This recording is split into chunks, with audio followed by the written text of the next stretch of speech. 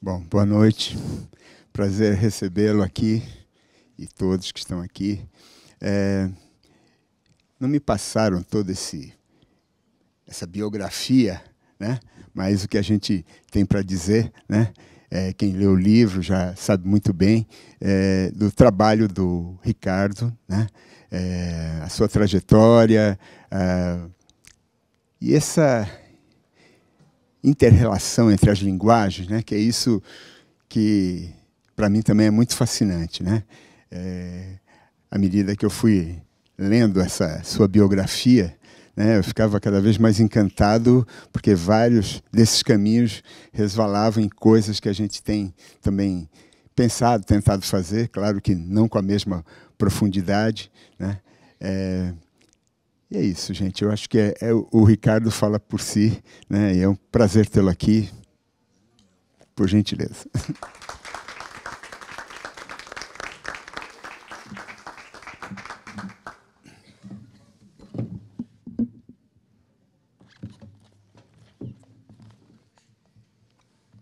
Bom, você vai ter que usar o microfone. Será? Tem que usar o microfone. Lendo seu livro, tem um trecho, tem um dos momentos lá, que é o menino calado, né? E que você diz que quando te escutam com atenção e genuíno interesse, aí você demonstra sofrer da típica eloquência dos tímidos. E aí começa a falar sem parar, né? E eu espero que aqui, né, temos um público que eu acredito que tem essa atenção e esse interesse no seu trabalho. E aí, quando eu comecei a ler, primeiro, assim, são muitas surpresas, né? Primeiro, como é que eu demorei tanto tempo para conhecer o seu trabalho, né? Então, isso foi, para mim, um choque, a hora que eu comecei a ver a sua obra, né? E como tinham pontos de contato, né? Então, uma das primeiras coisas que me chamou a atenção, logo que eu comecei a abrir o livro, foi aquela foto sua, feita pelo Eustáquio, né? E, durante muito tempo, eu dei aula de fotografia, e o Eustáquio era uma das minhas referências para o trabalho, né? E aí eu fiquei pensando, onde é que está, né? Tentei até encontrar, porque você fala que foram parceiros de trabalho, né, em várias situações. Fiquei muito interessado em conhecer esse trabalho, né, como vocês desenvolveram. Então, acho que a partir daí a gente vai batendo uma bola, ok? Tudo bem.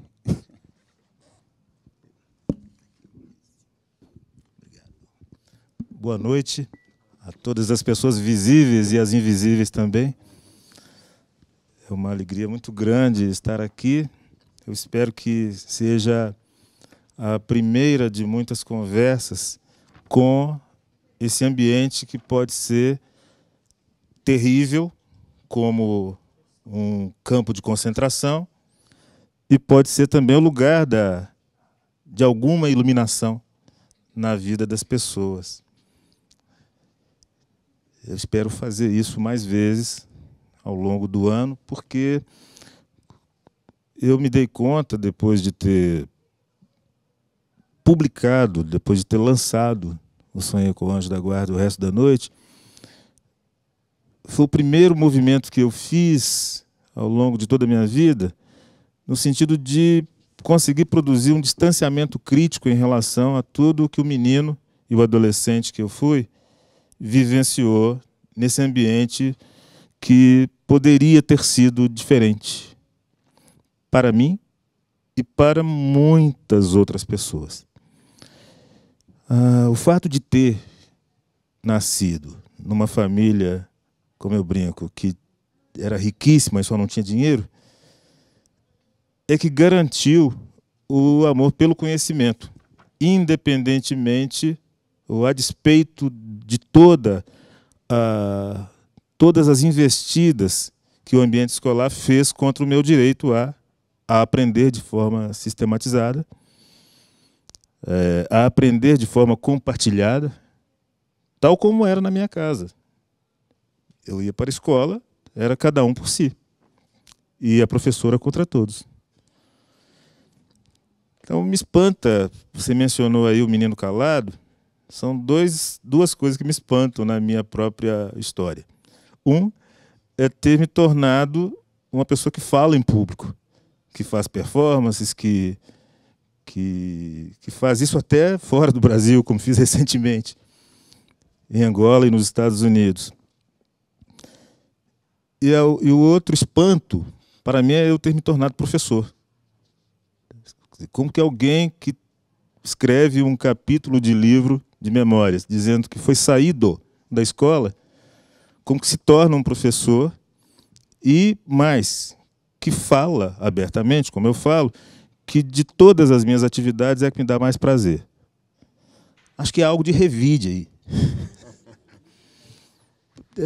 Porque eu me lembro que das coisas que minha mãe, Iris, mais gostava era quando ela ia para a missa de domingo.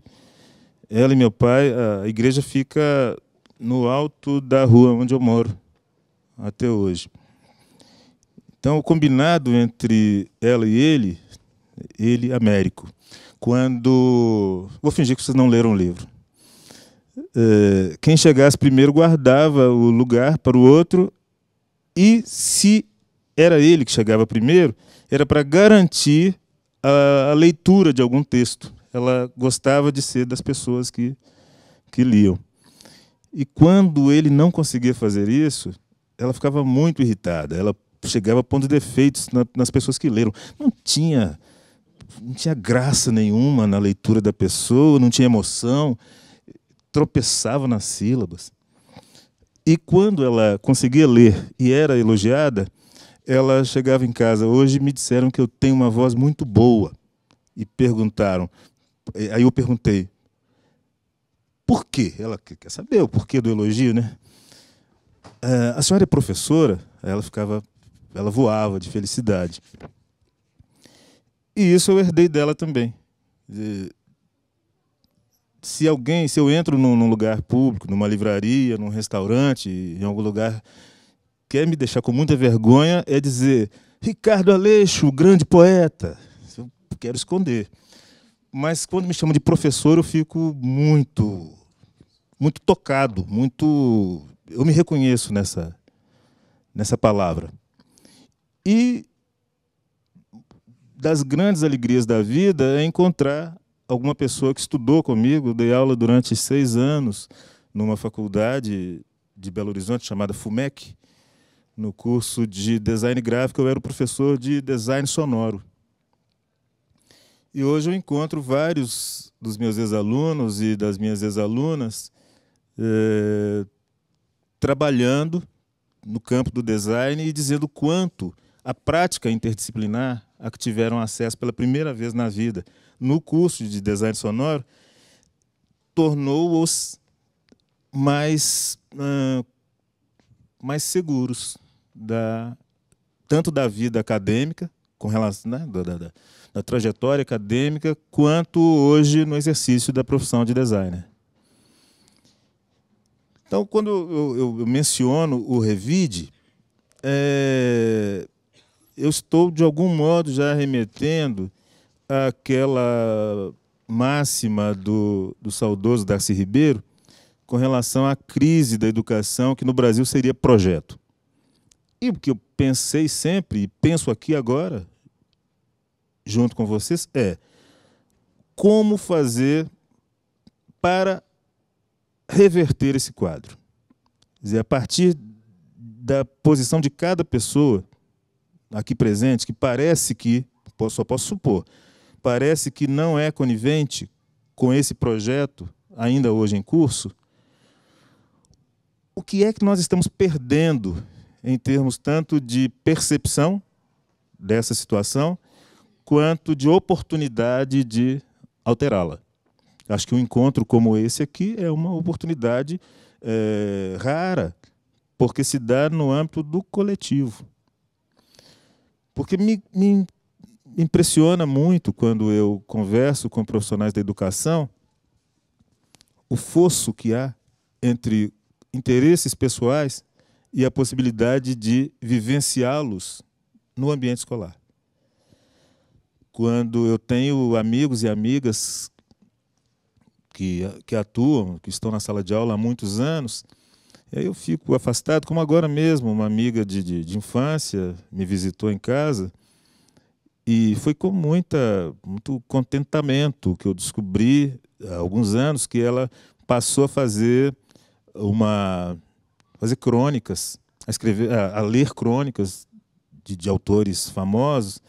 Ela gravava e distribuía para a rede de contatos dela no WhatsApp. E aí, no ano passado, ela me contou que está escrevendo. Ela passou a escrever. E ela foi lá em casa, uma das razões era para me mostrar o primeiro livro que ela está organizando. Então, essa eu tenho certeza, essa que nunca teve a ideia de que poderia ser uma escritora, ela que conhece agora a graça e a força de escrever as próprias histórias, ela vai querer que mais gente vivencie isso também.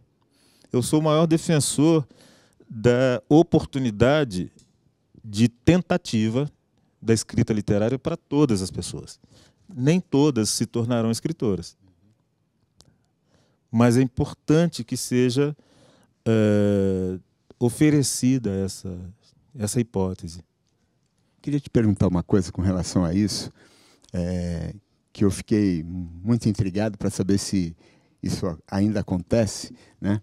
Em um determinado momento você fala da Lira, o laboratório integrado em Campo Alegre. E isso me deixou muito, assim, ao mesmo tempo, achei ótima a ideia, né? Falei, será que isso continua? Como é que está? Né? Você oferecendo isso no teu próprio local, né? Porque a gente vai muito aqui com os alunos para uma cidade aqui no Vale do Paraíba, São Luís do Paraitinga, e é uma cidade que a gente tem muito contato com as pessoas, mas eu não deixo de ser um estrangeiro lá, né?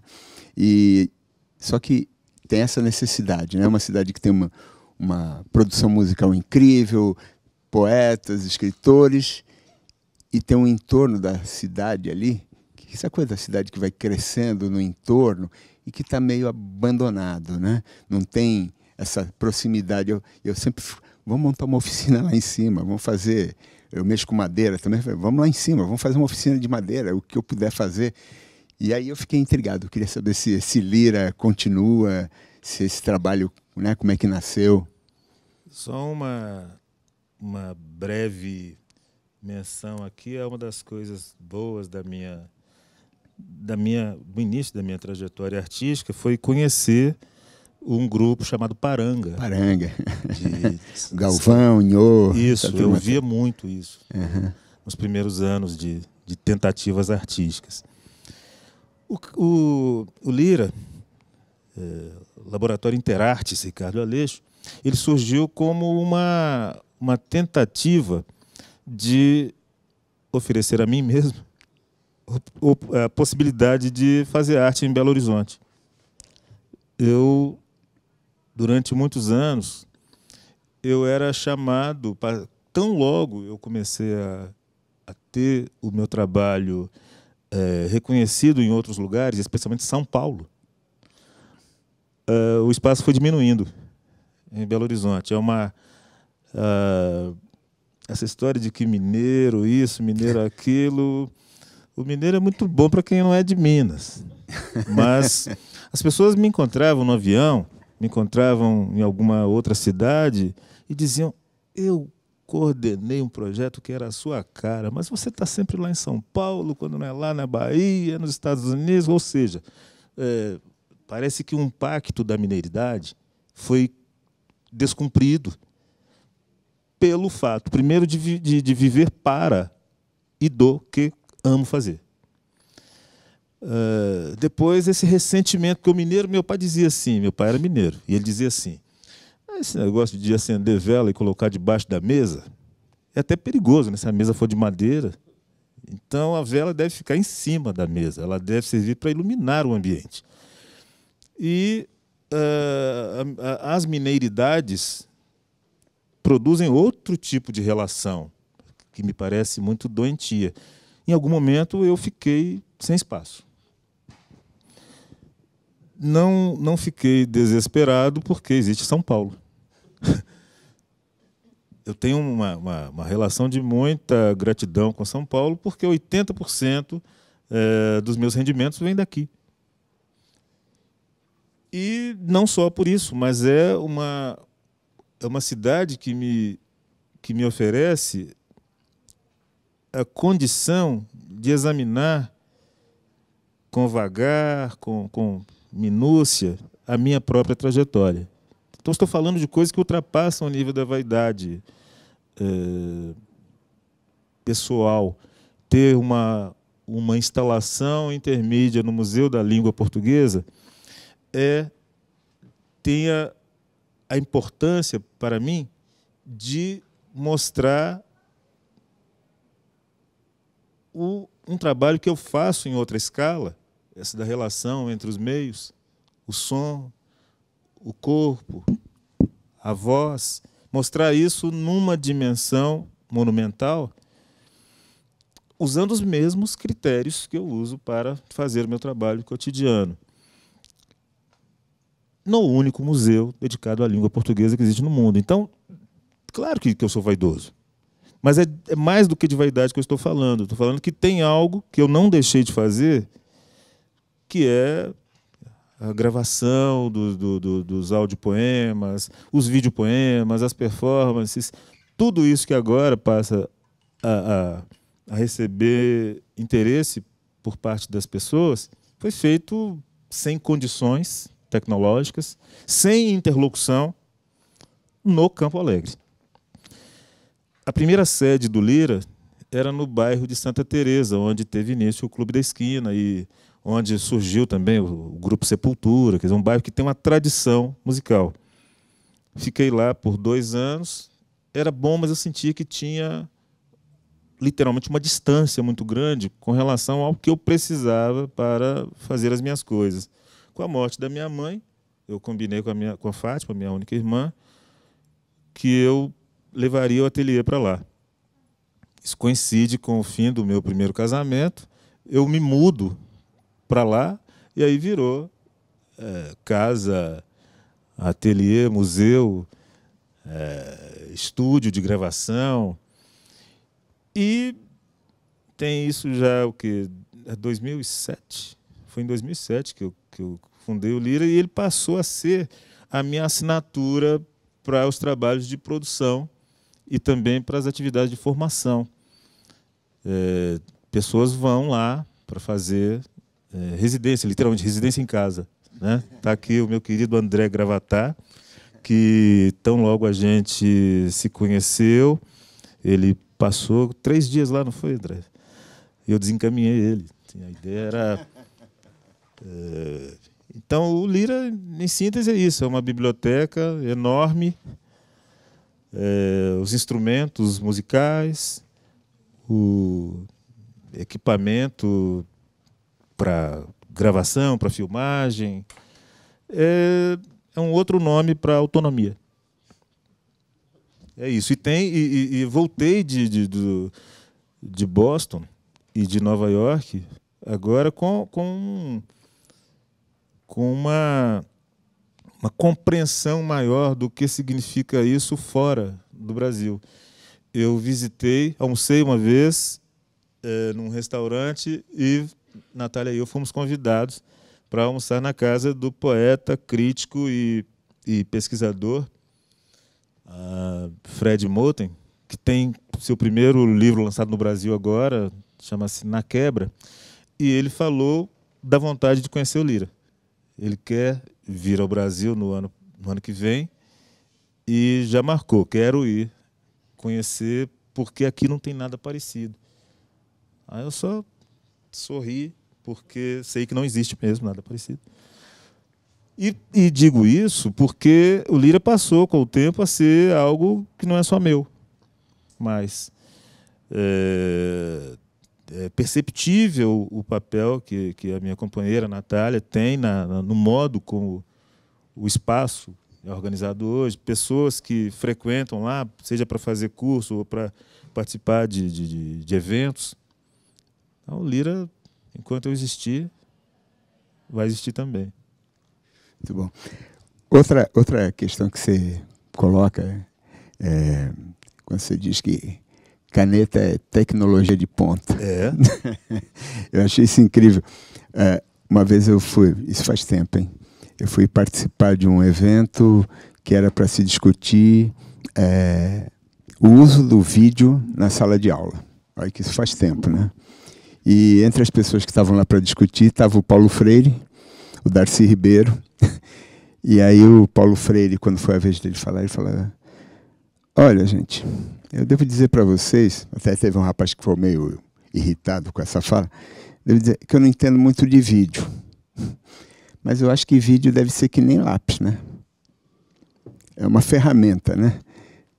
Se você sabe o que tem para dizer ou tem alguma coisa para dizer, é o lápis. Se não, né? Tanto faz a ferramenta que você está usando, né?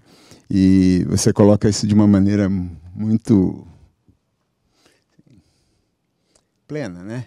E tem outra coisa que você traz, que eu gostaria que você se pudesse comentar, que é o fato de que a poesia, né, ou qualquer obra de arte, a partir do momento que ela é trazida ao público, ela, de certa maneira, deixa de ser sua, né?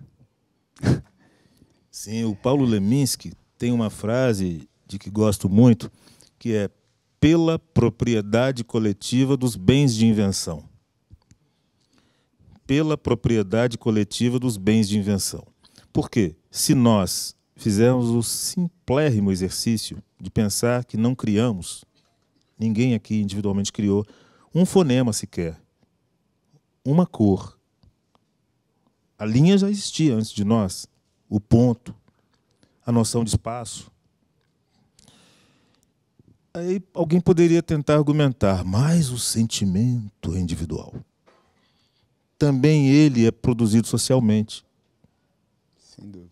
Então, o que eu penso é sempre na devolução a um coletivo que talvez exista na minha cabeça como utopia.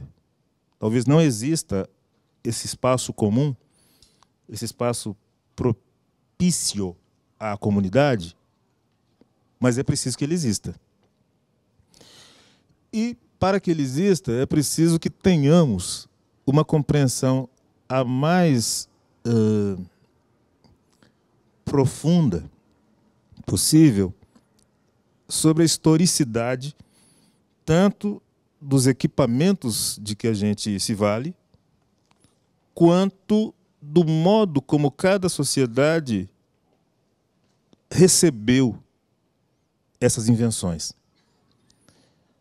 Esse brilhante conterrâneo e contemporâneo nosso, que é o neurocientista Siddhartha Ribeiro, no livro O Oráculo da Noite, que, se vocês não leram, recomendo fortemente que leiam, ele coloca uma indagação muito interessante acerca de quanto tempo terá se passado para que os nossos antepassados, para os nossos ancestrais das cavernas, tenham percebido que aquele animal que ele caçava enquanto dormia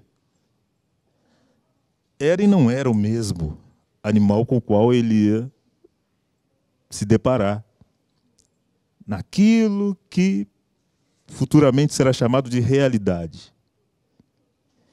Esse exercício é fascinante porque ele serve para várias outras coisas. Ele serve para pensar também a historicidade do gesto. Nem sempre nós fizemos movimentos simples como esse para pegar uma fruta no pé. Né? Isso é tecnologia. É a isso que eu me refiro quando falo que caneta é tecnologia. Porque eu sustento também que o que a gente chama de corpo e o que a gente chama de voz também são dispositivos tecnológicos.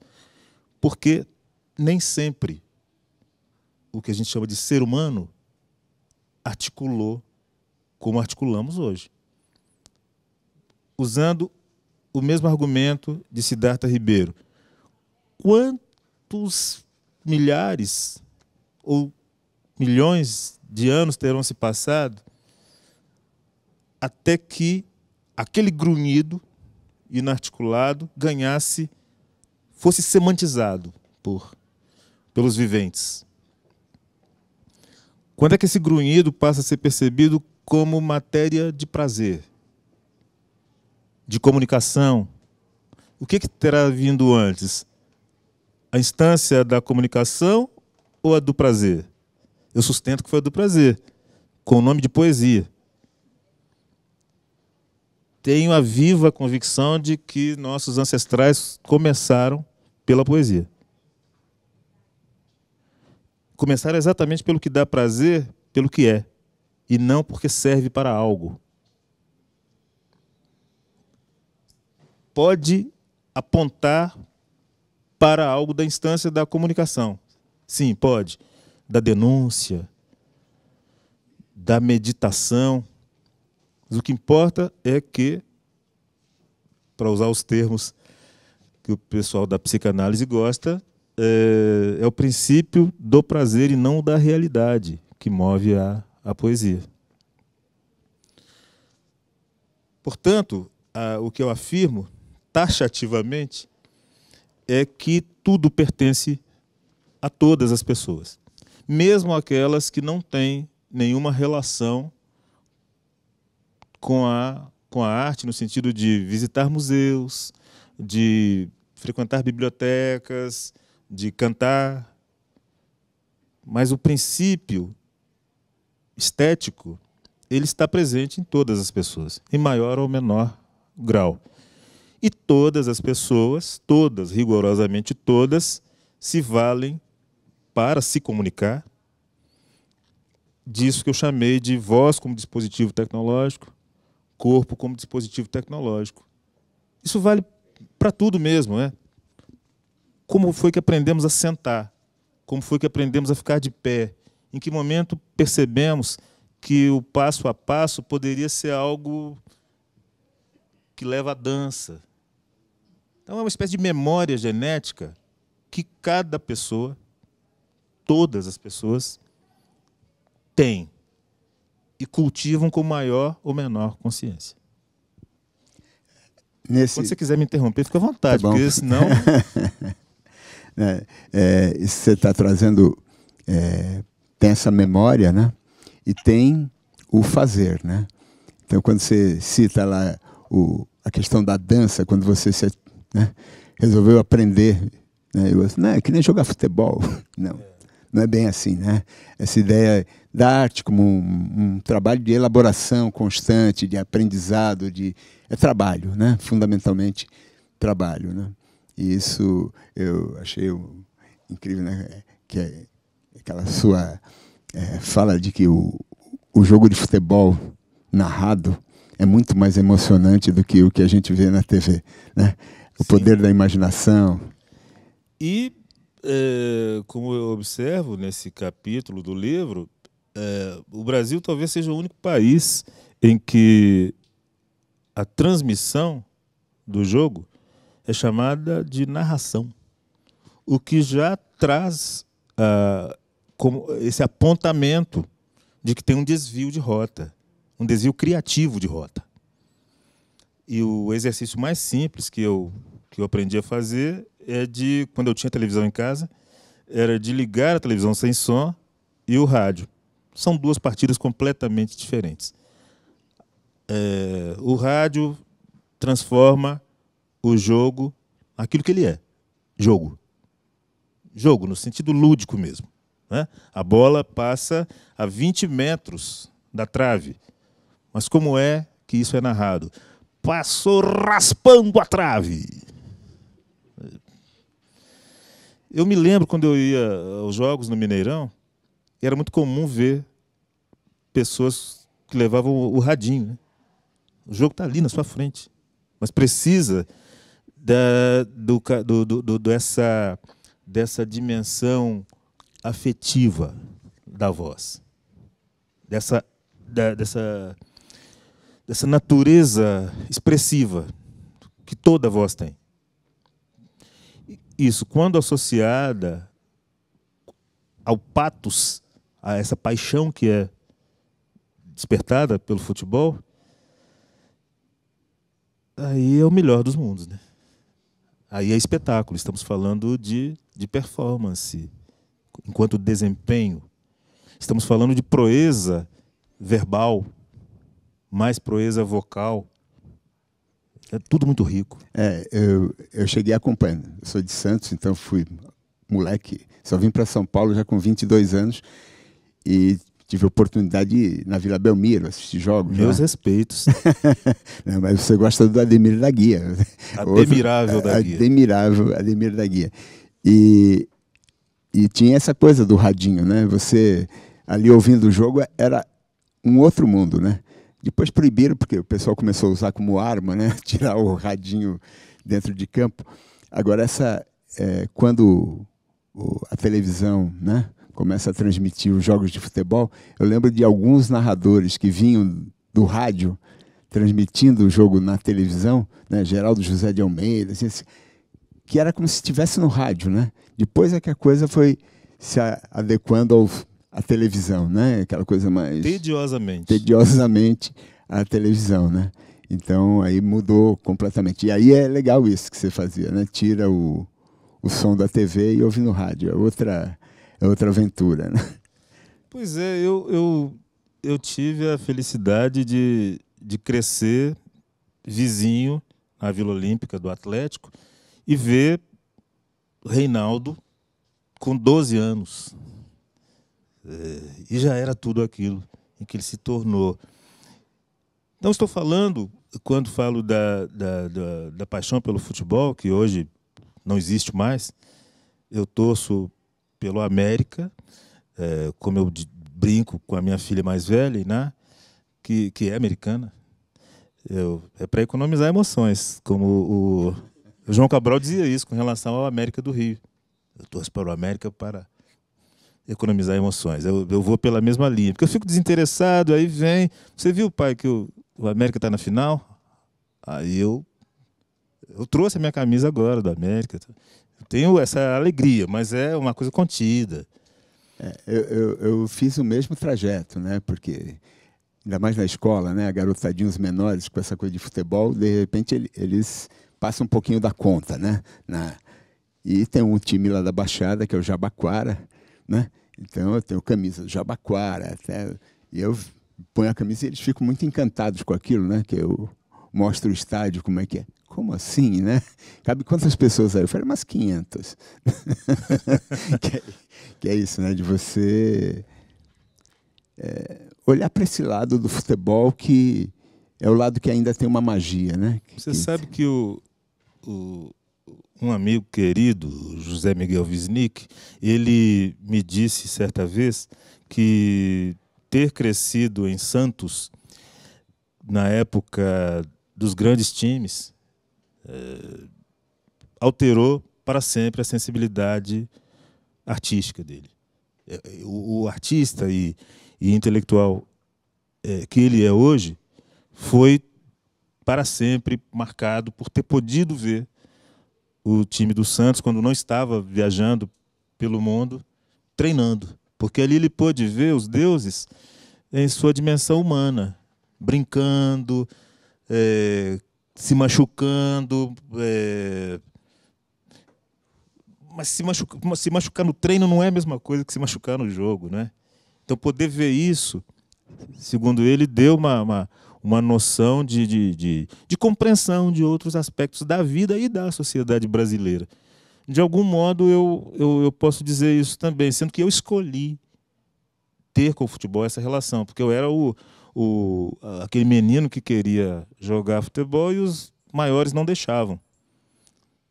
A solução foi, essa que eu conto no livro, de pegar uma bola e ir para um dos muitos campinhos de terra que havia perto da minha casa e ficar ali com as fotos do Ademir da Guia recortadas de revista, tentando imitar a postura dele, o modo de matar a bola no peito, de tocar os pés na bola, de conduzi-la. E eu fico até sem graça de falar isso, mas eu fui muito bom jogador. Realmente, eu ando no Campo Alegre e quase sempre que eu encontro algum contemporâneo meu, algum menino que cresceu comigo, e eu estou acompanhado ou com uma de minhas filhas ou com a Natália, eles falam, jogava muito. Eu fico, valeu a pena ter jogado, mas ficou lá no passado. Essa história aí, né, que você traz aí da narração, tinha um personagem em Santos que era muito interessante, que ele não era repórter, era um sujeito, e ele pegou uma lata de óleo, uma lata de óleo antiga, aquelas de 1 litro e tal, pintou de preto, soldou ali uma outra peça que faz aquele rádio de guerra, né, que era aquele rádio enorme, e colocou uma antena. E permitiu que ele entrasse no campo. E todo mundo queria dar entrevista para ele, né? Porque ser entrevistado por ele era um fato... Como é o nome? Oi? O nome dele? Olha, infelizmente ele tinha um apelido muito ruim, né? Chamavam ele de Zé Macaco. Obviamente era um rapaz negro, né? Mas era uma pessoa assim que todos os jogadores queriam falar com ele, né? Tinha um apreço pela maneira como ele entrevistava, como ele falava, e não ia sair em lugar nenhum. Era só o prazer de estar podendo conversar, todo mundo via, né? A entrada desse rapaz em campo era um personagem adorável, assim. Ótimo. Uma coisa que você também traz aqui, a sua admiração e o teu trabalho marcado também pela obra do Augusto de Campos, né? Pela obra e pela pessoa. Sim, sim. E o neto dele estudou aqui, né? O filho do Cid, o Theo. E uma vez ele veio aqui, né? E no teatro aqui da escola nós fizemos uma aula conjunta com ele, né? E as crianças cantaram e tocaram, né? Onde quer... O Vicente, que é um professor de música aqui fantástico, né? Ele saiu 170 crianças para tocarem e cantarem juntas com o Augusto. Foi um momento assim muito legal. E aí nessa toada, né? Quando você fala essa elaboração da palavra, né? Que é a coisa mais importante, né? Como você constrói as palavras, mais do que o que está sendo dito, né? Exatamente. E aí você traz o Trovão, do Joyce. Eu fiquei tentando falar com a mesma desenvoltura. Vou te mostrar como é. É simples, é assim. Baba Badal, Garactacan, Minaron, Combron, Toneron, Tuanton, Trovaron, Auscão, Turruhur, Denontonox. A minha filha pequenininha falava isso. Como que eu... Não, mas não é para você se sentir. Sim. Não, eu Por sei que tem ela um tempo para isso? aprender. Porque toda criança é poeta. Uhum. E porque toda criança é poeta experimental. Então eu separava, eu falava muito lentamente e ela repetia. Baba, Badal, Garan. E aí aos poucos passei a escrever também. À medida que ela ia sendo alfabetizada, ela podia ler. Aí eu mostrava, agora acelera, coloca cadências mais rápidas. E ela ficou tão boa nisso que ela é advogada. Quando ela tinha 17 anos, ela falou, pai, eu sei que eu vou trabalhar com algo que implica no uso da palavra, mas não vai ser literatura, não vai ser música, nada disso que você faz. Vou tentar comunicação e direito.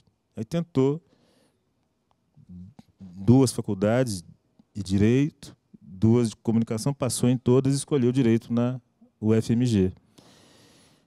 Se tornou uma advogada brilhante. e, e, e faz muito bem performances. Ela tem uma voz muito preparada, além de muito bonita a voz dela, e de vez em quando eu chamava para fazer performance. Eu parei porque estava ficando ruim para mim. Porque nós combinamos, quando eu fui lançar o livro Impossível Como Nunca Ter Tido um Rosto, eu a convidei, isso foi em 2015, e nós fazemos um poema chamado Voz, do livro Modelos Vivos, em que nós temos uma distribuição das cadências, tem uma dinâmica que se altera nas 3 vocalizações que a gente faz do poema como um todo. Uma muito lenta, uma muito rápida e uma em que alternamos o lento e o rápido. Eu faço hora mais lento, a mesma sessão, né? A terceira sessão, hora mais lento, hora mais rápido, e ela o contrário sempre. É algo que parece complexo, mas que, com o treino, desde a infância, de preferência, sai algo muito bonito, assim, muito próximo da música. E aí ela chega com o livro dela, no momento em que eu a chamei, ela chega com o livro, eu lá com o meu, e para não perder a linha em que eu estou, eu tenho o hábito de ir acompanhando com o dedo. Aí levantei a cabeça, quando eu olho, ela dizendo tudo de cor. Eu ali catando as palavras, aí eu falei, não chamo mais. Porque ela não quer ser artista. Não é o interesse dela, então não vai ficar aqui tirando o foco da minha pessoa. Não, porque se quisesse, teria lugar garantido no time. Mas só para mostrar que sabe mais que eu, que tem memória melhor, que é muito mais criativa, aí não. Mas tudo isso para dizer que eu defendo, e isso hoje eu falei com os amigos com quem eu gravei, porque eu voltei ao longo dos últimos 10 anos a ter mais contato com a música, a fazer mais música do que vinha fazendo. E hoje eu fui gravar um álbum com 2 amigos, o Rômulo, Alexis e o Wagner, que tem um trabalho com música improvisada, em que cada um toca o que quer, na cadência que quer. É um trompetista, um baterista e eu como cantor. E perguntei para eles se eles têm o hábito de fazer isso com crianças assistindo. Eles disseram que não. Ah, parece uma boa ideia. Eu falei, que vexame. Vocês acharam isso uma boa ideia? Vocês não foram crianças? Vocês não lembram como era bom ouvir e ver coisas diferentes? Eu contei para eles que um princípio que eu uso, quando as minhas crias eram pequenas, e os saltos são grandes no espaço, no tempo, assim, né? Uma de 28, uma de 20 e um de 10. Todas elas eu deixava ateliê, estúdio, o que fosse, aberto. Então, estou lá fazendo música, os instrumentos estão espalhados, podia chegar e tocar. Até porque não adianta muito reprimir, né? Então, eu preferia compartilhar aquele momento ali. E a conclusão a que eu cheguei, com a primeira, e depois isso se repetiu com a Flora, primeiro com a Iná, depois com a Flora e o Ravi, é que, se a coisa não está boa, a criança olha e sai. Então, a porta bem aberta, porque se entrar e quiser tocar junto, é porque aquilo tem futuro. Sabe? Porque, e nas minhas apresentações também, nessas apresentações que eu faço no Lira, que vou voltar a fazer agora em agosto, quando as crianças aparecem, elas alteram totalmente a temperatura do ambiente. Porque como nós trabalhamos muito, eu e os parceiros que eu convido, não só com instrumentos convencionais, mas também com objetos que a gente transforma em instrumentos, pode ser balão, desses de festa, papel. Não tem criança que fique alheia àquilo. E mais que isso, elas tomam a cena mesmo. Porque elas vão subir no palco. Eu tenho um palquinho em casa, ele André, é maior do que isso aqui, não é? fica assim no canto de muro. Daí a pouco elas tomaram conta mesmo, porque não tem, para começar, não existe isso de palco e plateia na cabeça da criança. E ela também tampouco está ali para mostrar talentos. Não se trata disso. Elas estão ali para viver algo que nem tem nome ainda. Não sabe o que é arte. E essa é a riqueza. Não tem filtro. Não tem cristalizações de pseudo-conhecimento sobre algo. Não tem preconceitos. Eu tenho pouca coisa publicada para o público infantil e infanto-juvenil. Muita coisa feita. E um dos meus projetos para este ano ainda é gravar com o Ravi, já comecei a fazer isso, improvisações sonoras. Ele desenha muito bem também. Vai ser um livro transmídia feito com ele. Não é escrever um texto e ele ilustrar. Não, é a voz dele, mas é também a criação dele. Quer dizer, vamos inventar palavras? Pronto, eu posso até dar o mote. Mas a confecção daquilo é em parceria.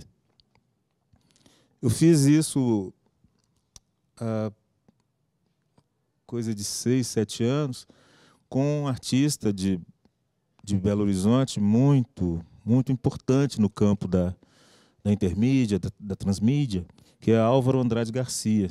Ele escreveu um livro chamado Poemas de Brinquedo e me convidou para fazer a vocalização dos poemas e o projeto de design sonoro. E tem a versão digital. Então, você tem um QR Code na capa do livro, na quarta capa. Na verdade, é um pacote. Não é bem um livro convencional, são lâminas soltas. E aí você acessa essas criações na internet. Infelizmente, os poucos exemplares que sobraram, a gente teve que rasurar o QR Code, porque o Álvaro deixou de pagar o domínio. Não, a coisa... Espero que vocês não riam depois do que eu vou contar agora, porque foi grave o que aconteceu. Porque alguém da China se apossou do site e colocou lá, no lugar dos videopoemas, colocou lá pornografia pesadíssima. Nossa Senhora. Esse é um dos riscos da relação com a tecnologia. Caramba. Você não tem controle, absolutamente. Uhum. Então, imaginem, esse livro foi lançado pela Peirópolis. Esse livro chegou a muitas escolas. Imagina o estrago. Não é? Não sei porque que eu comecei a falar de tudo isso, mas... Ele está falando das crianças, né? O poder que as crianças têm.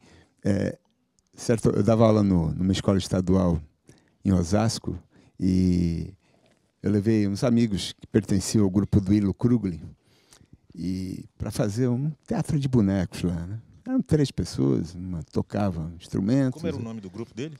Era o Lenços e Ventos. Né? E eles se apresentaram lá num dia. No dia seguinte eu chego na escola, tinha uma turminha me esperando na porta da escola.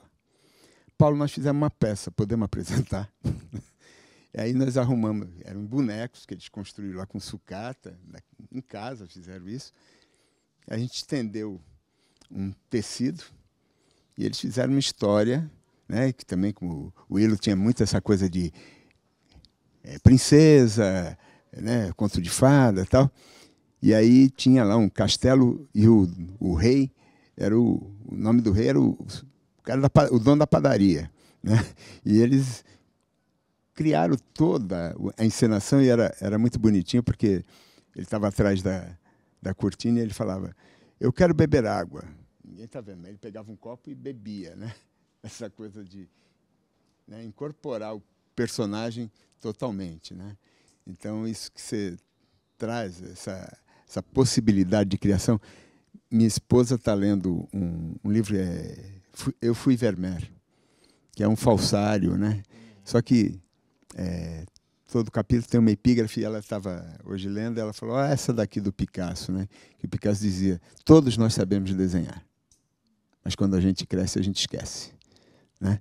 Que é isso que vai, né? O próprio processo escolar, né? Muitas vezes vai te afastando dessa possibilidade, né? Aquela coisa do pensamento divergente e o pensamento convergente, né? Quem vai assumindo o poder, né? E aí é muito legal quando você conta aquela história do seu professor de matemática, né? Eu tive um que era de desenho de geométrica que fazia a mesma coisa, assim, coisas desse gênero. Muito interessante essa história, né? Então, a matemática, ela era o bicho de sete cabeças. Eu não sei, sinceramente, como está hoje, mas ela me foi apresentada como um bicho de sete cabeças. E eu terminei a minha curta vida escolar tendo como única imagem boa da matemática, que hoje eu amo, ligada a um professor de matemática, que a matemática que ele ensinou eu pouco aprendi. Mas o fato de ele ter me apresentado uma poesia, a poesia concreta, da qual se dizia que era baseada em estrutura matemática, me trouxe para um outro lugar, porque é uma operação que nós podemos chamar, em termos teóricos, de intersemiótica, quer dizer, a passagem de um código para outro código. Ele não mostrava, enquanto vocalizava os poemas, ele não os mostrava. Então, eu não tinha acesso à fisionomia, ao aspecto fisionômico, gráfico, visual dos poemas. Mas ouvi-los e depois encontrá-los no livro que eu fui buscar na biblioteca, porque eu devo ter sido dos poucos alunos que fugia da escola para ir para a biblioteca. Eu fugia da sala de aula para ir para a biblioteca. E ficava lá até da hora de ir embora. Isso no meu último ano de escola. E foi com muita surpresa e muito encantamento que eu descobri que ele ativou em mim, o Marco Aurélio, esse professor, a capacidade de imaginar essa configuração gráfica de cada poema. Eu estava ali tendo um primeiro contato com um processo de intersemiose, o salto de um código para outro código, uma tradução. Né? Poema, eu não lembro mais que poemas eram, mas aquela construção que parecia música e não era música, parecia trocadilho e não era trocadilho, parecia com muitas coisas. Chegava auricularmente. Então, eu que já tinha a sensibilidade despertada pela música, que eu canto desde os 11 anos, e numa casa muito musical também. Depois o futebol, por esse aspecto que você mencionou, da narração, mas não só o que está sendo narrado, mas o modo como é narrado. A alternância de velocidades, a expressividade, não é? Aí a poesia concreta, escutada antes que lida, ela também ocupa primeiro esse lugar de uma arte sonora, sem que eu soubesse que existe um campo chamado arte sonora. E me pergunto sempre o quanto se perde de tempo, de energia, de recursos de todo tipo, tentando forçar as crianças e os adolescentes a lidar com o que pode haver de pior na poesia. E pior não estou falando só de qualidade, não. Pior no sentido de que pertence a um outro tempo, a um tempo que precisa ser pensado a partir de outra de outras lógicas, que não essa de obrigar a pessoa a ler algo que não tem mais importância. Porque quando falamos de Gregório de Matos e Guerra, estamos falando de uma linha de invenção a partir de materiais linguísticos os mais diferentes, não é? O português das ruas, o português brasileiro das ruas, o tupi, o iorubá. Então, estamos falando de práticas muito complexas já na obra do Gregório, que era alguém que tocava viola de arame. Então, tem aí um aceno também para o que pode ter sido o início também da canção brasileira. Isso que nos distingue tanto, não é?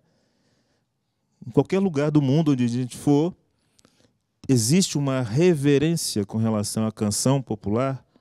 Eu vivi isso agora, nos Estados Unidos. É como se fosse a nossa música clássica. Não é todo o país que tem Chico Buarque, que tem Caetano Veloso, que tem Gilberto Gil. O refinamento a que essas pessoas chegaram na arte de juntar palavra e som, raras vezes terá se verificado em outros contextos, na contemporaneidade, né?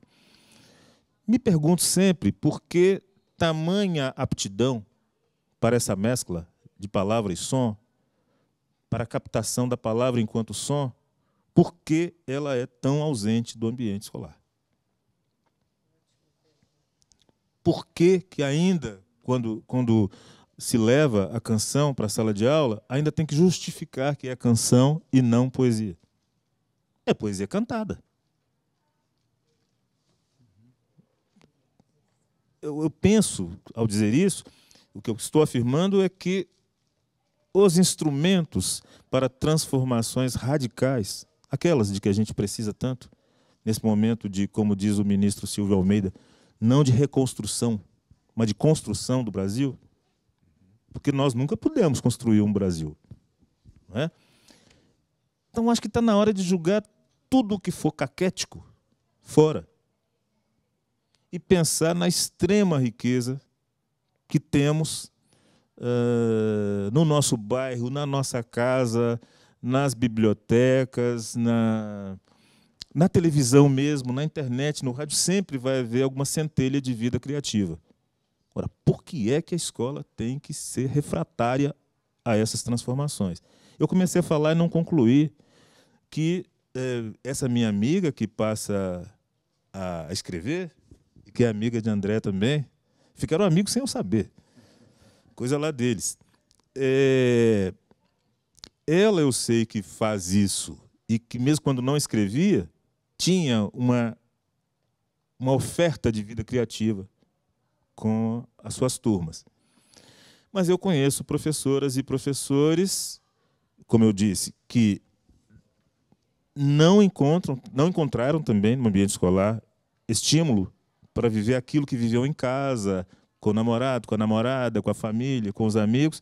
Então, lá ela vira outra pessoa. E tem também professores e professoras que simplesmente não têm interesse por arte, não têm interesse por literatura, não têm interesse por pensamento. Um número muito grande de pessoas às quais a gente entrega nada mais, nada menos do que os cérebros e a sensibilidade de nossas crianças. Isso é de uma violência reduplicada tão grande, a passividade com que a gente vê isso, porque não podemos dizer que não sabemos disso. Nós percebemos muito nitidamente quando as nossas crianças começam a cantar, mesmo em casa, rígidas. Mas ela fazia aquilo tão graciosamente, aquilo de cantar e mudar os tons de voz e dançar ao mesmo tempo, e logo já larga aquilo e vai correr e dá uma cambalhota. Por que ela agora não é mais assim? Não é mais assim pela nossa omissão. Muito duro isso? Mas é mesmo, é por isso mesmo. Menino, não grita. O tempo Certo. inteiro, não grita. Não, peraí, que o papai está lendo jornal. Tudo é mais importante do que a possibilidade de jogar. com as crianças. Tinha o José Ângelo Gaiarsa. Uma vez ele fez um programa para o Globo Repórter, isso lá, há muito tempo atrás, e ele fez um vídeo era muito engraçado, ao mesmo tempo que muito trágico, né? Que ele mostrava que as pessoas disputavam na calçada a parede, quando estavam na rua, andando na rua. E aí ele vinha todo mundo empurra o pequeno, né? Vai para lá. E as pessoas, ele mostrava, filmou, né? As pessoas andando um pouco inclinadas, né? Como se fosse o ombro, né? E todo mundo disputando o canto da parede para estar protegido, né? Essa coisa da a grande proteção, né? Que se estabelece aí. Bom, gente, eu recebi aqui um recadinho. Sim, vai, continua. Recadinho. Não, para abrir para perguntas. Não, para abrir para perguntas. Eu queria só completar uma Claro. coisa, já que você mencionou o Gaiarsa. Eu me lembro de uma fala dele sobre o partido mais importante, o partido político que seria o mais poderoso, caso viesse a ser fundado, que é o Partido das Mães. Que se as mães soubessem a força que tem, e é uma força iniciática, não é? Essa relação da mãe com o seu bebê, isso para mim vai além de uma mitopoética pessoal. Minha mãe me deu ao mundo e sem ter mais o que me dá, é mais do que tema de um poema. Poucas vezes na vida nós teremos momentos de tão intensa criatividade quanto nas brincadeiras entre mãe e filho. O filho bebê. Tem um abandono total por parte da mãe de toda a ciência do ser mãe, de tudo que aprendeu, de tudo que desaprendeu, para viver plenamente aquela relação que não é só de quem está educando. Quando começa a fazer um jogo vocal, o bebê gargalha de prazer e tenta imitar também. Esse momento de invenção vocal, vocabular, talvez, ele só venha a ser vivido de novo, depois que a gente cresce, nos momentos de entrega amorosa. Quando os amantes se tornam tão criativos como jamais serão. Todo mundo vai lembrar, sem esforço, dos apelidos e como eles surgiram, ou como surgem, e depois a vergonha que dá quando o relacionamento acaba, mas a criatividade já foi instalada de novo, por momentos fugazes. Mas foi. Então, estou dando 2 exemplos que eu acho que são convergentes, né, porque ambos falam de entrega. Entrega na qual a linguagem é um terceiro. Ela é coisa viva. Ela é organismo vivo. Ela não é uma ferramenta, um instrumento, um utilitário. Ela é parte. É aquilo que a gente pode usar aquela tríade criada pelo biólogo pensador Humberto Maturana. O observador, a coisa observada e o observar. O observar é vivo, ele é ativo. A linguagem é viva, é ativa. Bom, alguém gostaria de fazer alguma pergunta para o Ricardo? Eu levo o microfone aí.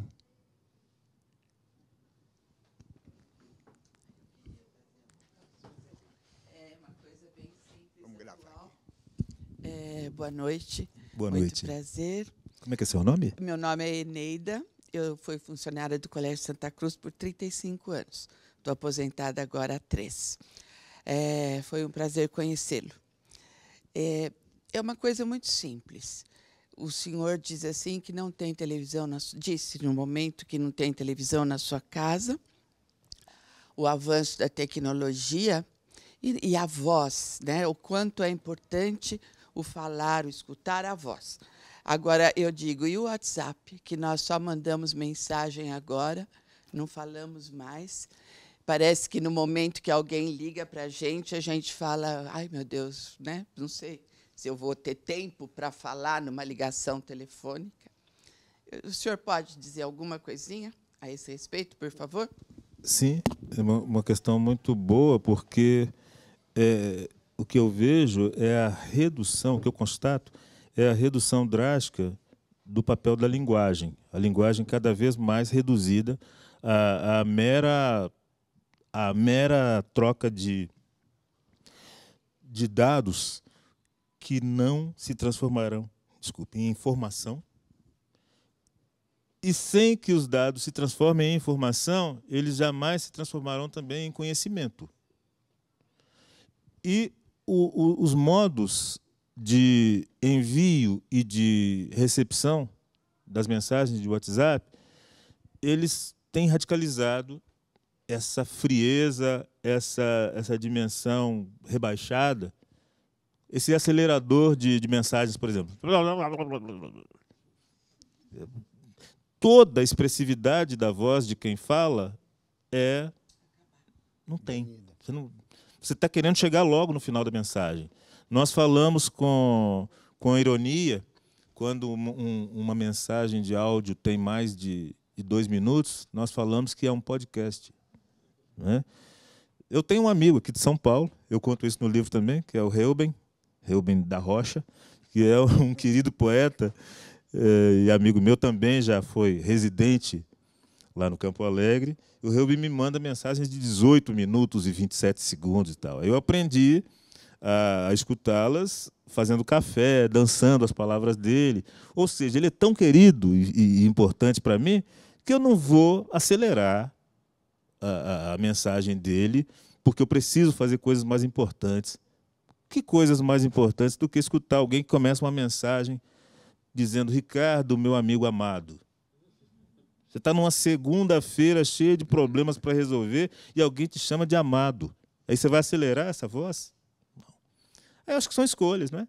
De que modo a gente quer ter essa tecnologia no nosso cotidiano? A partir de que ponto isso passa a ser uma violência? E como é que eu não elimino outras hipóteses de comunicação? E às vezes não é de comunicação nenhuma. O que a gente quer comunicar é simplesmente o valor que a outra pessoa tem na nossa vida.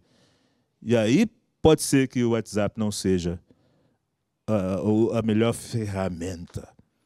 Talvez uma carta escrita à mão, ou o velho, cada vez mais em desuso, o e-mail, para ficar no campo da tecnologia eletrônico-digital, não é? Questão de escolha. Isso não me serve, não quero. Eu que agradeço. Eu não queria impedir as perguntas sobre o livro, mas eu fui lá me aproximar mais de você procurando os vídeos, porque o estalo foi a ideia de conhecer mais a performance, e aí eu precisava de todos os elementos. E num dos vídeos você fala sobre algo muito presente na sociedade brasileira, que é o racismo distraído. E a gente tem buscado enfrentar aqui como escola tanto um estudo mais profundo no currículo de onde é que está esse racismo distraído e explícito e que a gente precisa reinventar, e também na entrada de um número maior de crianças negras na educação infantil. E a gente tem aprendido muito, mas o que mais tem, não sei se assustado, porque aí já tem um problema, como é que a gente não viu?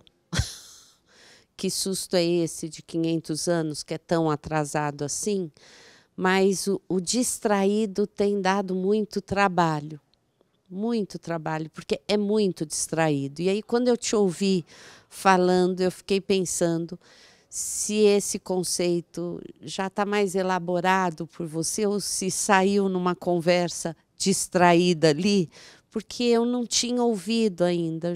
E olha que eu tenho lido e tentado me aproximar bastante das formas mais variadas de racismo presentes na nossa sociedade, para ficar um pouco mais atenta e forte. Mas quando você falou em racismo distraído, isso me pegou. Queria te ouvir um pouco mais falar sobre isso, porque no começo da sua conversa eu pensei, eita, ele vai bater na escola. A escola já bate em si mesma, né? Mas a gente precisa também. Mas eu acho que a gente precisa. E, nesse sentido, eu acho que é necessário até para poder construir uma forma de vivê-la, como você também chama bastante a atenção da gente para isso. Mas como é que isso está? Se você poderia falar um pouco mais sobre isso, porque a gente está aqui, através da sua obra, e tentando pensar e não fazer um uso moralizador dela, mas ela chama para isso o tempo todo. E como é que você podia deixar um pouco mais disso para a gente que está aqui hoje? Obrigado pela pergunta, que me faz pensar numa situação vivida por mim junto com a minha filha mais velha, há mais ou menos 4 anos. Nós estávamos no ponto de ônibus, perto da casa da mãe dela, quando passou um primo dela ouvindo música no celular, com o celular bem visível. Ela já teve, naquele mesmo lugar, ela já teve um celular roubado. Aí ela falou para mim, às vezes eu queria ser homem para poder andar distraída assim. Falar de distração, portanto, é falar de privilégios. O privilégio do homem que não está exposto ao andar num lugar e a ostentar um aparelho celular faz a mulher entender que aquilo é só para os homens. Da mesma forma, a distração é um privilégio que só pessoas brancas podem ter na escolha de seus trajetos, no modo de comportamento, nos espaços sociais, sejam eles privados ou públicos. Eu me dei conta de que a minha corporeidade, e corporeidade é importante lembrar o que esse grande pensador nosso da comunicação, Muniz Sodré, coloca sempre, relação. A corporeidade ela é definida sempre a partir da relação com o outro. Aliás, sugiro que escutem o podcast do André Gravatar, o mais recente, que é exatamente com o Muniz Sodré. E ele reitera esse ponto que eu falei sobre corporeidade enquanto relação. Eu tive a minha corporeidade alterada primeiro pelo futebol, e depois pela consciência, ainda bem incipiente, da existência do racismo.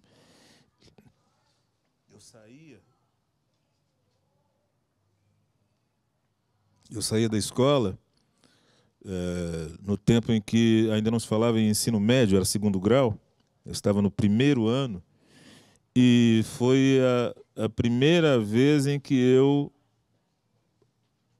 andei pelas ruas do centro, sem meus pais, sem algum parente mais velho e tal. E eu tinha um colega com quem eu ia sempre às lojas Americanas para a sessão de discos. A gente tinha um gosto muito grande pela MPB da época e não tinha dinheiro para comprar disco, então a gente combinava que um ia ler a letra e o outro copiava. A gente alternava. A gente fazia isso todo dia lá. A gente conseguia copiar umas 3 letras. E aprendia com o rádio, né? Várias vezes nós fomos expulsos de lá pelo segurança. Ele tinha uma fama dizia-se que tinha uma salinha onde ele espancava garotos que faziam como nós. Eu desenvolvi uma prática que só há poucos anos eu abandonei, que é de entrar em loja com as mãos para trás. Evidenciar que eu não estava interessado em roubar nada.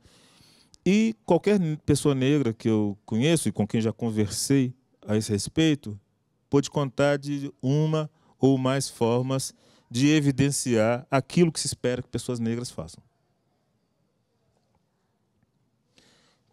Onde é que entra a distração? Está, por exemplo, no direito que pessoas brancas, em geral, se concedem de dizer coisas ofensivas como se ofensivas não fossem. E elas podem ser supostamente elogiosas.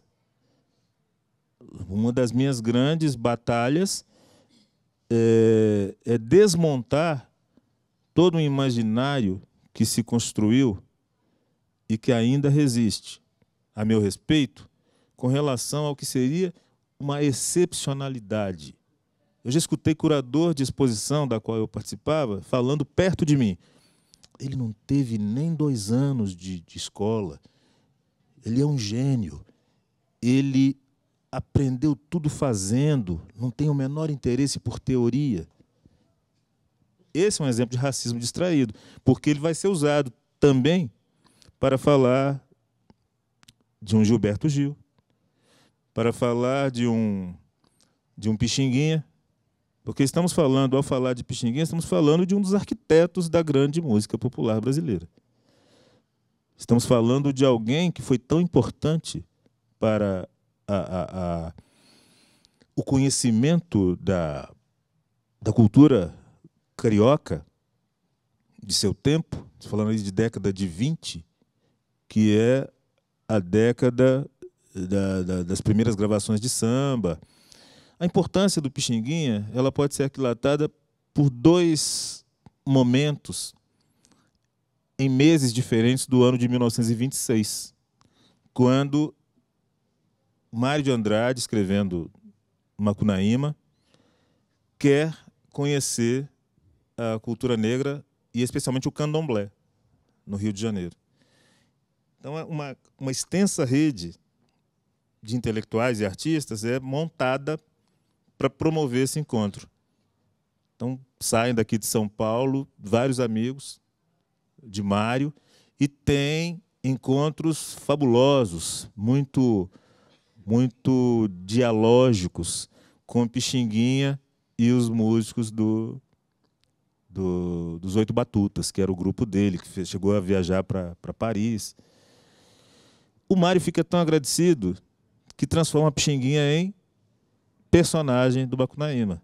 Olelê Rui Barbosa, tocador de ganzá, filho de algum bexiguento. O bexiguento porque ele tinha doença que era chamada na época de bexiga, né? E é de onde vem o apelido dele. Bexiguinha, Pexinguinha, Pixinguinha. O Mário, ele conversou com um erudito da música. Ele não conversou com um mero informante. Essa situação vai acontecer de novo em 26, quando Gilberto Freire faz o mesmo. Então, as voltas com Casagrande Senzala é a Pixinguinha que ele recorre. Então, estamos falando de alguém que, tanto quanto um exímio instrumentista da flauta, do saxofone, o arranjador que cria a identidade sonora da canção popular brasileira, ele não pode ser reduzido a um gênio. A palavra gênio aí é insultuosa, porque elimina todo o empenho de aquisição de conhecimento. E de conhecimento que passava pela recuperação daquilo que ainda estava vivo na chamada cultura popular. Ele fez excursões pelo interior do Brasil, antes de Mário de Andrade. Mário só vai fazer isso em 1938. O Pixinguinha, na década de 20, fez isso. Ele não só escreveu os arranjos e as orquestrações da chamada Era de Ouro da música popular brasileira, como as fez com os ouvidos totalmente abertos para o então nascente jazz que ele conheceu na temporada parisiense. Então é de respeito também que eu estou falando. A ideia de que negros podem ser reduzidos ao instinto, a uma criatividade ímpar, é uma expressão do racismo distraído. O racismo distraído pode aparecer também numa frase como: eu tenho uma amiga negra, uma negra bonita, o que permite depreender de que negras, em geral, não são bonitas. E uma decisão que eu tomei e cumpro é: não discuto mais essas situações, porque tem que ficar aguentando depois os pedidos de desculpa. Mas você não entendeu, quer dizer, o problema é meu, né? Você não entendeu, eu estava sendo carinhoso, carinhosa, porque eu acho você tão acima da média. Aí eu pergunto: qual média? A média das pessoas negras ou a média geral? Não, eu sempre falei que você é meu poeta negro favorito. Falei: e o branco, qual é? Porque eu estou em disputa. Quando falo eu, estou falando daquele sujeito coletivo que o Ailton Krenak disse que eu sou. E no Krenak eu acredito. Eu estou falando em nome de muita gente que não pode falar, não é? Que não pode revidar, para usar o termo que eu usei no início da nossa conversa. Porque o que está em questão não é o que a gente tem falado hoje, que a gente tem chamado de culpa branca. Se as pessoas brancas têm culpa pelo seu racismo, seja ele distraído, seja... Aí, talvez psicanálise resolva. Eu não posso, enquanto pessoa negra que está todo o tempo preocupada em não ser preso por engano pela polícia, em não ser violentado por um segurança, não ser morto por um caixa, por um segurança de banco. Não tenho tempo para pensar na culpa alheia. Qual é o caminho? Eu acho que o caminho é o exame crítico, tal como nós, definidos socialmente como homens, precisamos pensar em cada situação de privilégio que vivemos. É papel das pessoas brancas, das pessoas autodefinidas como brancas, pensar no custo social do privilégio nunca criticado. É isso.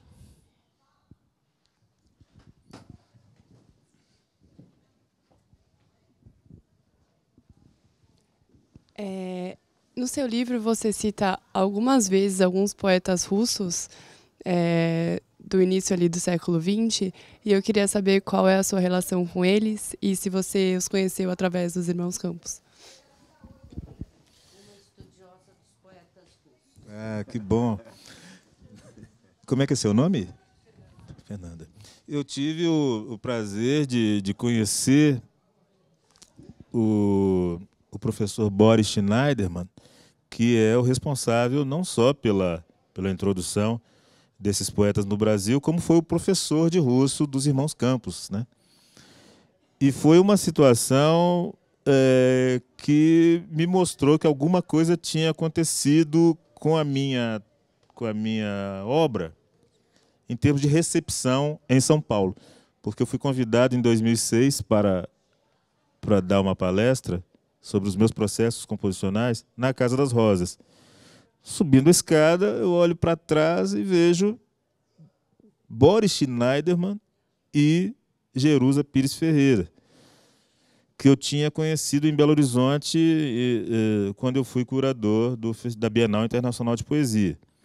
Tê-los convidado para a Bienal já era algo que eu considerava da esfera do sonho. Agora, que eles saíssem num domingo à tarde de seus cuidados para escutar o que eu tinha a dizer, eu já disse que eu não sou modesto. Aquilo ultrapassava o maior delírio juvenil que eu pudesse ter tido. Porque falar de Boris é pensar em poesia russa e pensar naquilo que mais me apaixonou. A junção de revolução, a utopia de transformação coletiva e social e o amor de permeio. Quer dizer, ler Mayakovsky, que eu considero o maior poeta que jamais existiu, Vladimir Vladimirovich Mayakovsky, é pensar nisso, é pensar na entrega apaixonada à linguagem e pensar nessa forma suprema de amor, que é o amor pelo outro, o amor pelo comum, pela hipótese de comunidade, né? E pensar também naquilo que eu transformei em lema pessoal, que é a frase do Mayakovsky, posta em circulação pelos irmãos Campos e pelo Décio Pinhatari: sem forma revolucionária não há poesia revolucionária. Isso era assim um mote diário para mim e continua a me guiar até hoje. Eu leio sempre. É como, sei lá, como tirar férias. É como pensar como patrimônio coletivo da humanidade um momento tão elevado de junção do mais pessoal com o mais coletivo. Isso não acaba, não. Quando você cita, né, o Dziga Vertov, né, aquele filme dele é isso, né? Quer dizer, um homem com uma câmera, como você fala do seu poema, né, que você vai compondo sem saber onde vai chegar exatamente, né? Tem um caminhar ali, né? Passa por aí, né? Passa por aí, por essa. Foi bom você ter citado o Dziga Vertov, porque tanto quanto os poetas, o cinema foi muito inventivo também, né? Um Eisenstein, o teatro com Meyerhold, tudo isso, essa mescla de sensibilidade pessoal e de receptividade ao que pode ser chamado de espírito do tempo, mais as conexões internacionais, né? Quando eu fui ao México, foi com muita emoção que eu visitei a casa de Frida Kahlo e vi, nesta cama, neste quarto, dormiu Leon Trotsky. Isso tudo... Eu não sou trotskista, não preciso ser trotskista, mas pensar que naquela casa, alguém que se entregou ao seu desejo de transformação, viveu, da mesma forma como quando eu fui a Zurique pela primeira vez. Imagina o que é para o garoto que, como eu, amava os Campos e os Mayakovsky, entrar no Cabaré Voltaire, o antro dadaísta, para fazer uma performance. Eu beijei o chão. E o Cabaré Voltaire, ele fica numa rua assim que tem uma clive grande, então tem uma janela da qual você pode ver os pés das pessoas passando lá fora, né? Então eu ficava imaginando como devia ser fascinante aquilo em 1915, 1916, com Lenin, que era vizinho do Cabaré Voltaire, tramando a Revolução Russa de dia e de noite indo beber com os malucos do dadaísmo. Aquilo devia pegar fogo É muita alegria transformadora. Não é? Você pensar mundos novos em que não há divisão entre o conhecimento, a prática política, o conhecimento filosófico, a arte como conhecimento e também como forma de provocação do mundo administrado, né? de derrubada do mundo velho em favor de outras possibilidades. Então, nada disso eu penso como algo superado. É como, na minha cabeça, isso funciona um pouco como se nós, conforme o neoliberalismo vai dando sinais de seu cansaço, porque os sinais estão aí, o antropoceno é isso, né? Tem alguns caminhos que não dá mais para voltar atrás, principalmente depois dessa... Estamos ainda na ressaca de golpe, bolsonarismo e pandemia. Mas algo dentro de nós, eu acredito, já se move em outras direções.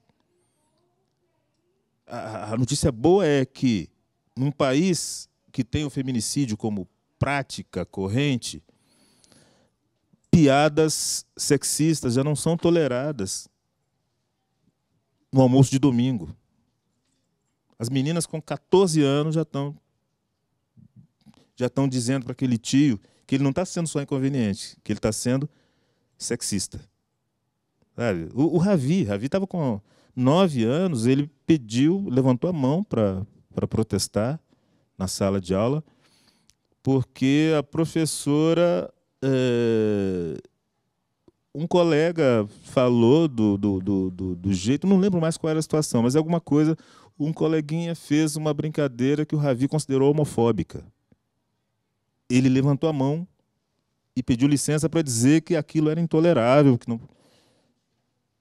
Sabe? Então tem as sementes de algumas coisas, porque a própria palavra, e eu vejo isso, obviamente, como situação de guerra. Porque nós adormecemos de um sono tão profundo nas últimas décadas que nos roubaram até palavras que eram o motor, a motriz das nossas vidas. A palavra transformação foi sequestrada, a palavra inovação, a palavra novo. Nós vimos a família falar em liberdade. Onde e como estávamos esse tempo todo para que essa gente, se é que se está falando de gente, sequestrasse aquilo que mobilizou as nossas existências desde sempre. Não enquanto maioria, mas nós, a minoria que pensa, a maioria que sente compaixão pelo outro, que quer outra sociedade, outros modelos de sociedade, de vida em comum, onde estávamos e como, para que até as palavras como amor, essa já tinha sido sequestrada pela indústria cultural. Mas, por favor, transformação, mudança, a palavra mudança foi sequestrada. Então, sim, de uma guerra, não é guerra cultural que aquele babaca que morreu falava. Não vou repetir o nome dele, não. Mas é uma batalha atrás de outra por uma sensibilidade coletiva. E eu penso aí, que a escola pode ser a vanguarda disso. Vou tomar como sendo de aprovação esse silêncio. Totalmente.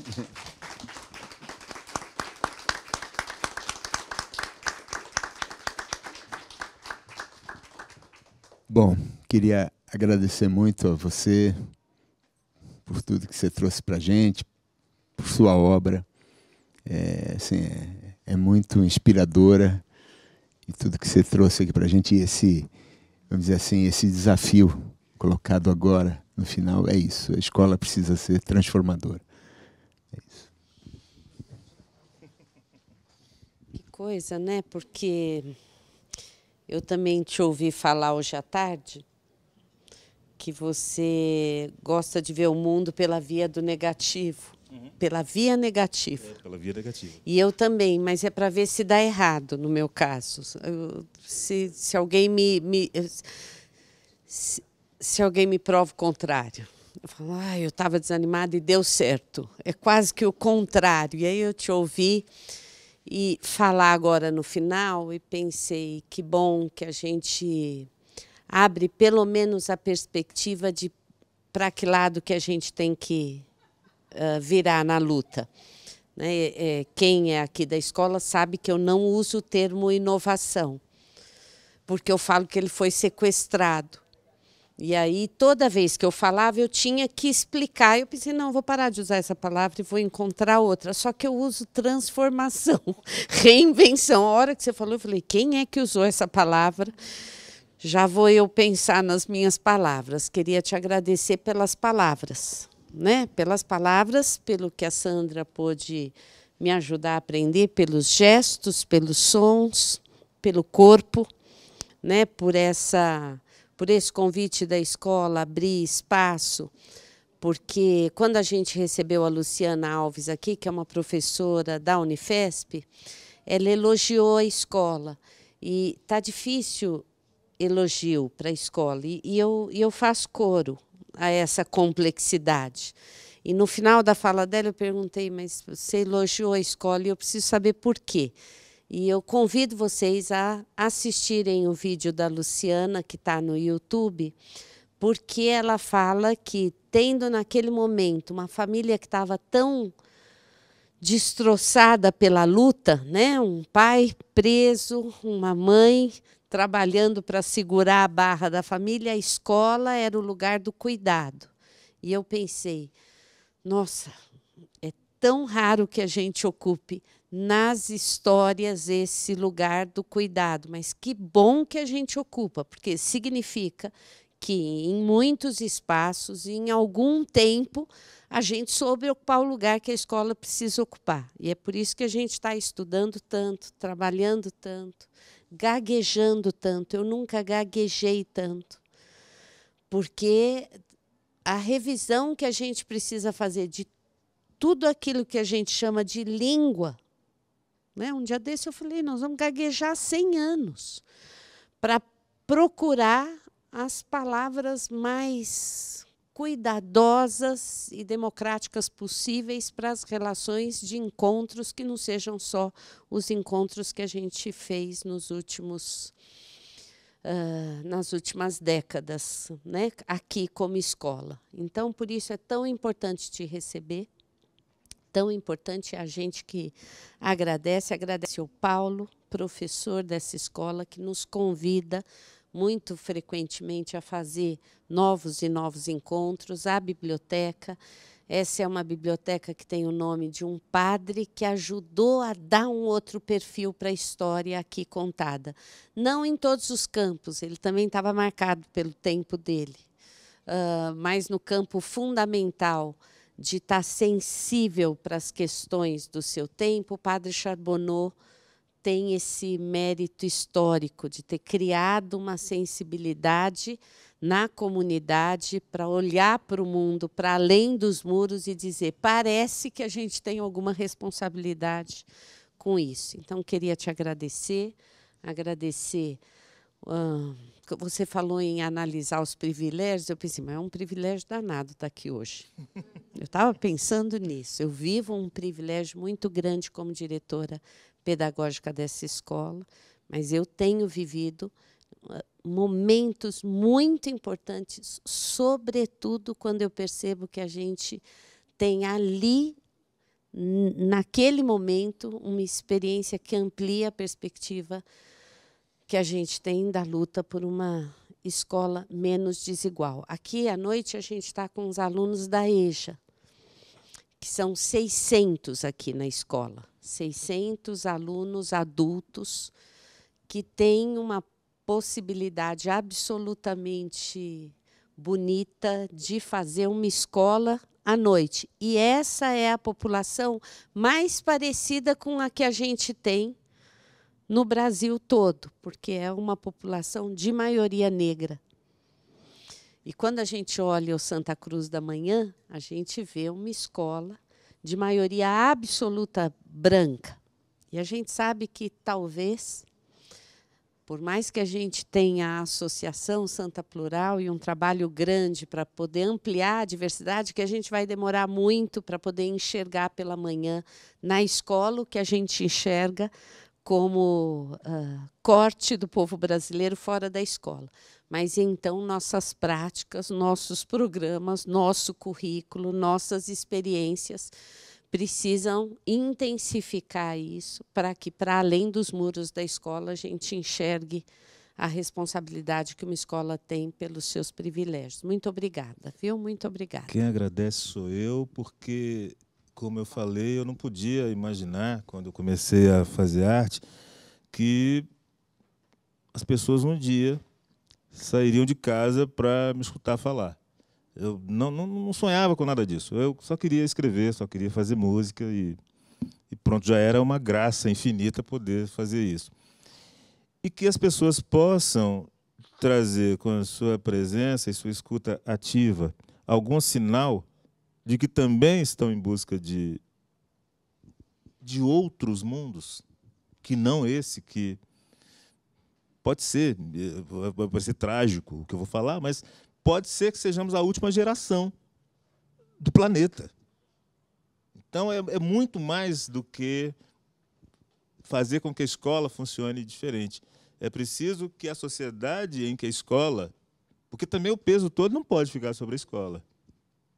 Não pode. A escola, ela está dentro de uma sociedade que funciona dessa e daquela maneira, e nunca daquela outra.